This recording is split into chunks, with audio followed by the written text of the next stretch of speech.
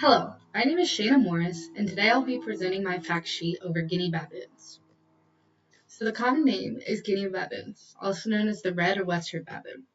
Their scientific name is Papio papio, and below you can get an idea of the taxonomic position. As seen in the image, the genus Papio breaks into multiple baboon species, the Guinea baboon being one of those. For the geographic distribution of the species, they're found across West Africa and the southwestern Arabian Peninsula.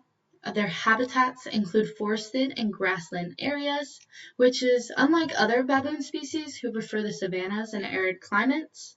An interesting fact is that they're always found near a permanent water source. For the physical description, these baboons have a reddish-brown coat that covers their cheeks, back, arm, and abdomen.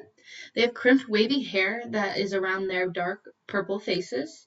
The males will have a denser fur and a thick cape of hair that drapes around their neck and shoulders, as seen in the photo above. Then the western range baboons are a lighter color, as seen in the female below, and the eastern individuals are a little darker, as seen in the male above.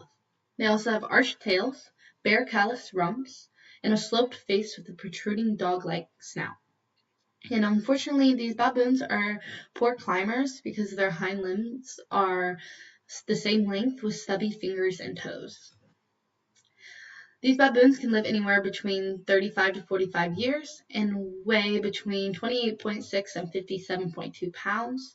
As seen in the two photos in the previous slide, they were sexually dimorphic in size, with the males being just a little bit longer in length. They'll have very broad incisors and long molars compared to other baboon species. The males have longer canines that can reach up to 2 inches in length. And then below is just the dental pattern for baboons. Their diet, they're opportunistic and adaptable omnivores. So their diets are influenced by ecological ranges and seasonality. They'll eat a variety of plants, fruits, and meats. They have this fruit that's called the Borassus akisi, I think I'm saying that correctly, which is an abundant fruit that is a year-round staple for all stages of growth of the Guinea baboon. Some meats include hares, small fiddler crabs, and occasionally they'll eat the leftover rumen from deceased cattle, bushbucks, and duikers. And then when there's accessible agricultural land by these baboons, they'll take yams, groundnuts, maize, and rice. And occasionally they'll go and lick cave walls for extra sodium and a salty snack.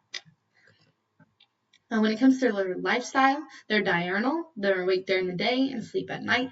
They're primarily terrestrial and they participate in ground dwelling.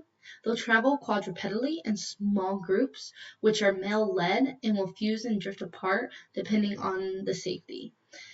They'll sleep in site selection patterns with 40 to 100 individuals banding together, and they prefer to sleep in palm trees that have trunks too wide to climb to avoid predation. And the males will sleep closest to the trunk and descend first to protect the young and females. When it comes to their social organization, it's intricate, male-dominated, and multi-leveled.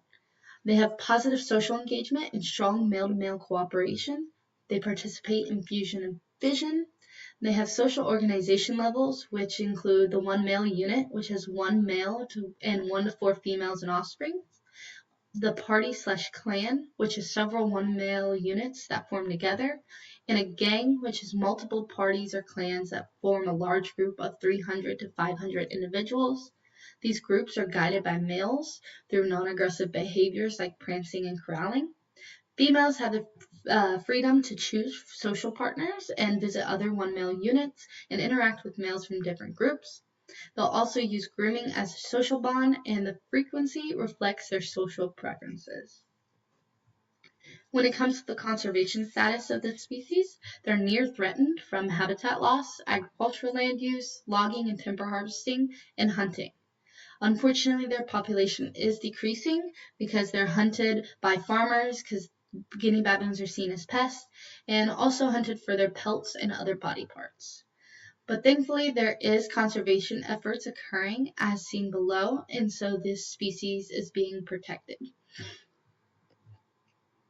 Some fun facts about the Guinea baboon is that they are the smallest and least studied baboon species.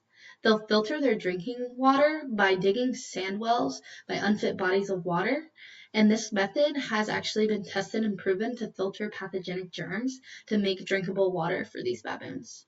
They're also known as traveling foragers, which help disperse seeds across a wide variety of ecological zones. So here's just a list of my references, and I wanted to thank you all for taking the time to listen. Thank you.